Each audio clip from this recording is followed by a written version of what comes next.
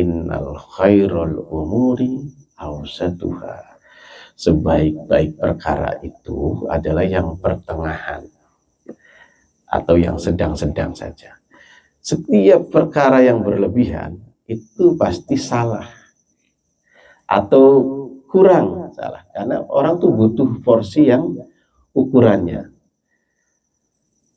Innal khairal umuri awsatuha. Sebaik-baik perkara itu yang pertengahan.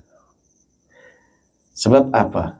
Misalnya contoh, kalau kita sholat terus, nggak pernah kerja, istri terbengkalai, anak-anak tidak terdidik, itu namanya berlebih-lebihan.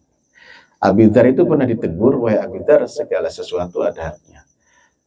Allah ada haknya untuk disembah, istrimu ada haknya.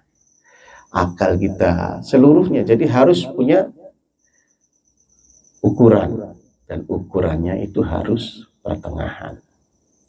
Tidak boleh kekurangan, tidak boleh berlebih-lebihan. Ini. Nah sekarang kadang-kadang orang kalau mencintai sesuatu, itu kecintaan kita berlebih-lebihan sampai menempatkan sesuatu pada tempat. Misalnya contoh, kalau kita mencintai istri kita, ya kita tempatkan istri kita sesuai dengan ukurannya. Jangan sampai kita seluruhnya diperhatikan pada urusan-urusan itu. Padahal ada hak yang lainnya. Kalau kita mencintai sesuatu, jangan sampai cinta kita itu menjadikan kita buta. Sehingga apa? Sehingga tidak ada salahnya. Karena ini kita cintai, berarti seluruhnya jadi benar. Seolah-olah yang kita cintai tidak pernah ada salahnya. Ini namanya berlebih-lebihan. Walaupun kita mencintai, karena misalnya orang tua kita, anak kita, istri kita, kita wajib mencintai. Tetapi tidak berarti kita mendukung seluruhnya, seolah-olah tidak pernah ada salahnya. Walaupun kita mencintai guru kita, mencintai ulama kita, ya kita wajib mencintai. Tetapi kalau ada salahnya, tetap kita tidak mengikuti. Agar cinta kita tidak buta. Itu yang disebutkan dalam sebuah kata-kata mutiara, kalau cinta jangan buta, kalau benci jangan dolim. Tidak berarti kalau kita mencintai, berarti orang itu pasti benar, tidak ada salahnya. Tidak bisa. Begitupun kalau kita membenci dasarnya apa? Kalau kita membenci sesuatu, misalnya karena faktor suku, itu jelas keliru. Karena suku semua orang sama. Membenci karena faktor keturunan, ya tidak benar. Yang seharusnya kita kalau membenci karena dia nipu kita, nah itu bukan orangnya yang kita benci, tetapi sifat buruknya. Orangnya makhluknya Allah. Tidak boleh kita memusuhi orangnya. Karena orangnya itu adalah makhluknya Allah Subhanahu wa ta'ala. Mau dia Cina, mau dia Arab, mau dia Jawa, tetap dia makhluk Allah yang wajib kita cintai. Tetapi sifat-sifat buruknya itu kita nggak senang. Nah ini kebencian yang berdasar namanya. Jangan benci karena orangnya pakai kopiah putih, orangnya karena orang Cina. Itu kebencian yang tidak berdasar. Harusnya kebencian kita berdasarkan sifat-sifat buruknya. Kalau kebencian berdasarkan suku, keturunan, maka itu disebut rasis. Itu tidak boleh dalam agama. Itu sebab yang dibenci adalah makhluk Allah Subhanahu wa ta'ala. Tapi kalau sifatnya, ya sifatnya saja. Kalau kita yang benci sifatnya buruk, apa semuanya buruk? Ya belum tentu. Sifat buruknya saja, sementara ada sifat baiknya, ya wajib kita akui bahwa itu adalah kebaikan. Nah ini berarti kalau benci jangan dolim. Jangan berarti kalau benci dihabiskan semua, nggak ada kebaikannya, ya nggak bisa. Tetap kebencian kita berdasarkan hal-hal yang benar. Itu disebut kalau benci jangan dolim. Nah kalau kita membenci, sifatnya, sifat buruknya, ya sifat buruknya saja. Ini kadang-kadang berlebih-lebihan. Misalnya benci sama pendatang, misalnya benci sama pendatang. Apa setiap pendatang jelek? Apa setiap pendatang itu buruk? Coba Islam itu datang dari mana? Wali Songo itu dari mana? Pribumi apa pendatang? Nah ini, jadi jangan sampai memandang segala sesuatu berdasarkan kebencian yang tidak berdasar. Seharusnya kebencian kita jangan menyebabkan kita berbuat zalim. Apa kalau kita cinta pribumi seluruhnya ini baik semua? Budayanya baik semua? Nggak ada jeleknya? Ya nggak bisa. Tetap mau pendatang, mau pribumi, mau Cina, mau Arab, selama dia baik, ya kita akui kebaikannya. Jangan sampai kebencian kita menyebabkan kita berlaku zalim, sehingga memfitnah, menjelek-jelekkan, nggak ada baiknya sama sekali. Ini dilarang oleh Rasulullah Shallallahu Alaihi Wasallam. Itu yang disebutkan, kalau cinta jangan buta, kalau benci jangan zalim. Ini akhlaknya Rasulullah Shallallahu Alaihi Wasallam. Kita kadang-kadang sering lihat orang mengatasnamakan Islam, mengatasnamakan Rasulullah, tapi dengan cara-cara yang buruk. Membenci orang, memprovokasi orang, mencaci maki orang, pakai nama agama, pakai nama Rasulullah Shallallahu Alaihi Wasallam. Kita lihat akhlaknya Rasulullah, kita lihat perilakunya Nabi Muhammad.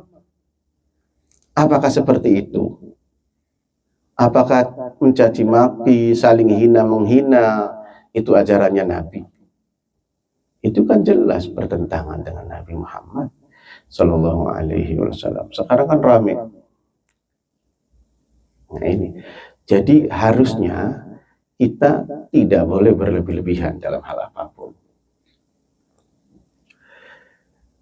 Kami kadang-kadang pakai atas nama Nabi tapi memecah belah, permusuhan, caci maki kan sering di media-media. Ini pembela kebenaran, ini pembela kebenaran, tapi isinya apa? Saling hina menghina.